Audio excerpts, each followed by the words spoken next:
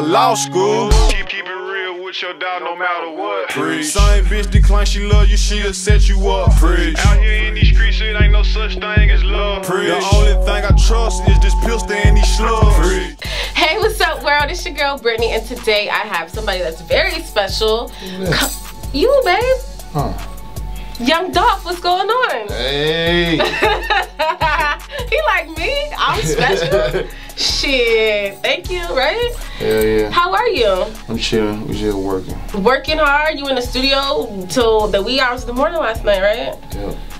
That's why I run the circuit around the rap game. Okay, because you're working harder than everybody else. Yep. They being lazy. Yeah. Trying to skate off one song, you know what I'm saying? Can't do that. And that's why we still independent, paper route empire. Yeah. Exactly. Okay, so tell me about your paper route, right? Because you kind of like grinded the whole way, especially in the beginning of your career. You were going, visiting all the clubs, hitting up the DJs. But you weren't doing like the typical like, please play my song, it's hot, or can you listen to it? Like you were giving, you know, the DJs kind of incentive to play your music. Right. So can you kind of talk about how you started and kind of like the initial plan when you first started trying to promote your music? The whole goal was to get hot. You know what I'm saying? My thing was, you know what I'm saying, like make the DJ feel good, let them know, like, why should they mess with you? A million rappers want them to know my song hot. You feel me? You gotta show them the difference between you and everybody else. Right. So my thing was like, okay, I'm finna get ready to show you before I even come to the DJ and I'll play my song, all right, oh, I need to be on the radio, this and that.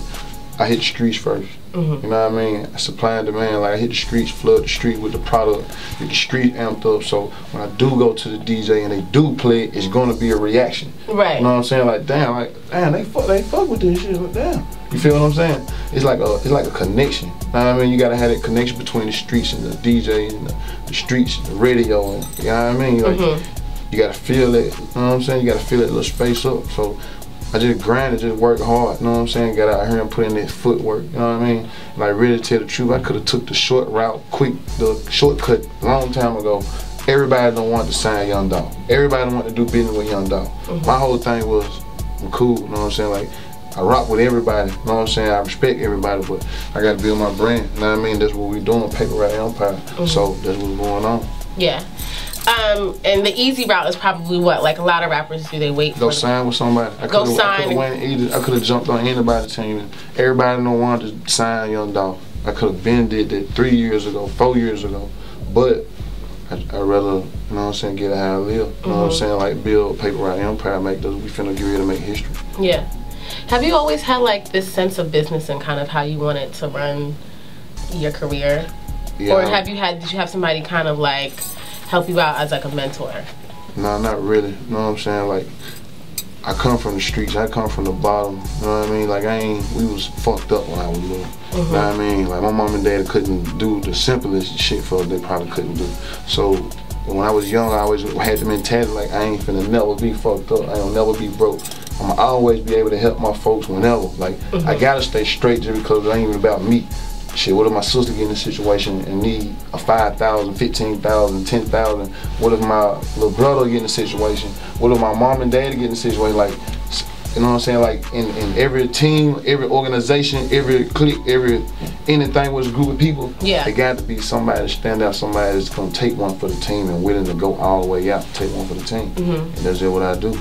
Is that like as a young kid, as a teenager, was that like a burden though, to have that pressure of like you wanting to do everything for your family and have everybody kind of rely on you? No, not really. It make you responsible faster.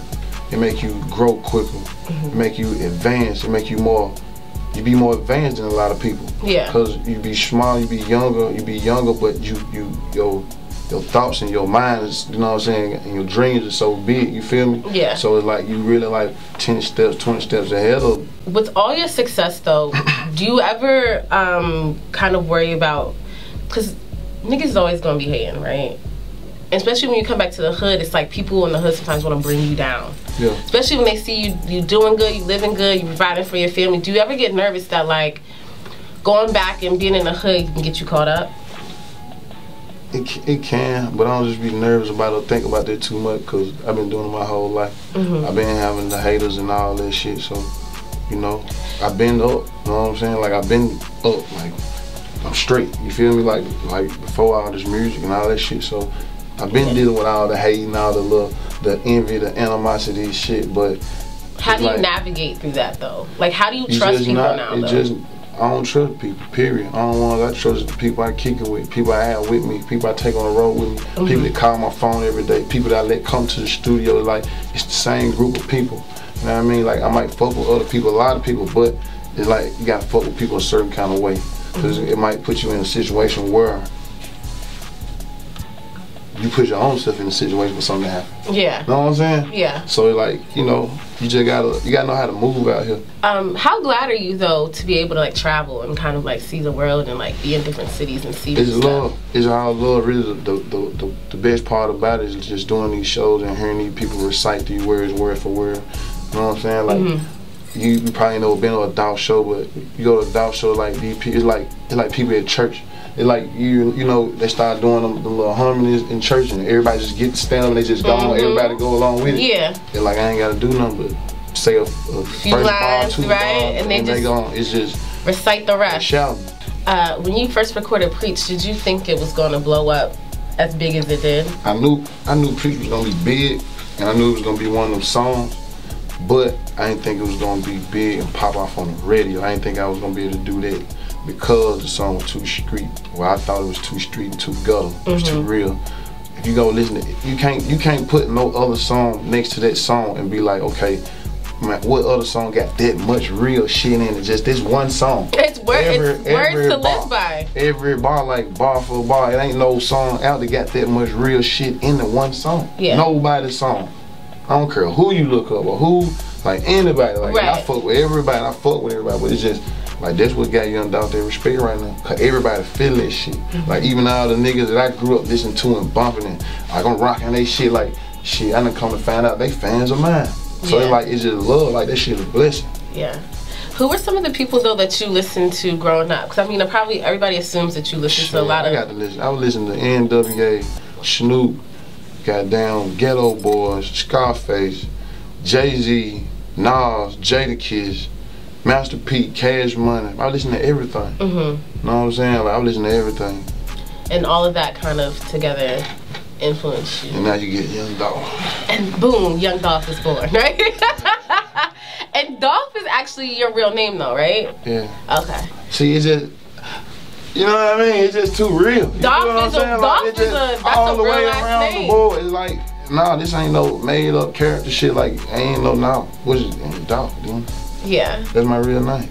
So you mentioned earlier how you grew up kind of tough. Can you kind of elaborate more on that and tell me like how it was? You got brothers and sisters, and you're raised by your grandmother, right? Right. So just kind of take me back to when Dolph was a kid and like going through school and like all that good stuff. Like school, man, it's just like the whole school era. That was all my grandma. You know what I'm saying? Waking me up every morning, make sure I get to school. You know what I'm saying? Make sure I pass. Like. If it wasn't for my grandma, I wouldn't even graduate. I wouldn't even probably did none of that shit. Like this school shit, I would have probably been like, forget it. Yeah. Feel what I'm saying? But by just being raised by my grandma, like I was doing what I was doing. We were street, we in the hood, and I would do all the little slick shit and get in the way. But it's like I had respect for her, so it's certain shit that I didn't do. You feel what I'm saying? Yeah. So I just had to always be slick in the head of the game, and you know what I mean, have respect for her while I still can. You know what I mean? Not make her mad. I still go to school, still graduate, like still like take care of my business. You know what I'm saying? Yeah. But it's like you can only do it for so long before, you know what I'm saying? Like your folks find out or before it come to an end and it just blow up. You know what I'm saying? It's just in there, everybody know. But you know what I mean? Like my grandma, she had me and my 2 little brothers. My grandma in Chicago, she had both of my sisters. You know what I mean? My mom and daddy, they were young when they started having kids and got together and got married. Like they were 18, 19, 20 and shit. You know what I'm saying? And back then, that era, like right now, this era, it's about, it's weed, it's weed, drink, pills, and shit like that. And that era back then, it was liquor and cocaine. Feel what I'm saying? And them drugs, those right there, it's like, it's hard to shake though. Yeah. You know what I'm saying? Like cocaine, alcohol. I used to be mad at my mom and dad for a long time, but once I got older and I figured out how the streets go and just how the shit working, it just is what it is. You know what I'm saying? Like you gotta really know the streets to even you can't judge nobody, no none of that shit. Yeah. I used to be like, man, I don't want nothing to do with them. I don't give a damn about her. You feel me? But it ain't like that. It's just some people, like we get in the streets, it's only probably 3% that capitalize off of it. But the rest of that 97%, like, it's gonna fuck you up. You know what I'm saying? It's like a cycle. Yeah, you know what I'm saying? Like, everybody don't, you know what I'm saying? Like, come up out this shit. Yeah. Bring a lot of people down, like, bring their families down, like, shit called problems. Yeah. You know what I mean? And they was just, like, my mom and dad, they was just blessed with a good family. They fucked with them, they stuck with them and look out for them. And you forgiving your parents for that? I've been forgave them for that shit. You know what I'm saying? Like, I've been taking care of my mom and dad for years. You know what I mean? Like, I love them to death. I wouldn't trade them, no nothing. They straight now. Okay, so what can we expect from you for this year? Man, the new single, Pulled Up, it's going crazy right now. It's climbing up the charts. We passing everything. It'll be in the top 40. It'll chart the top 40 by next week. Like number 48, 40, some shit like that. But we just going crazy. I just shot the video to it in LA. It's a movie. It's stupid. I'll be dropping it in like the next week to two. Like the next week or two, I'll be dropping a video. So we just working. Drop a new mixtape. I got new artists about to come out, drop projects. It's like we just working. Yeah. Hey, what's poppin'? It's the plug best friend, Young Dolph checking in, yeah, I mean. Right now you're watching GlobalGrind.com. Holla at your boy. Eggplant Friday. It was on my page. A whole page. Yeah, people are deleting you. You're probably like, what the f? I need this for Chris. And at first we were like, nah, hell nah. We keeping it. This is our song, you know?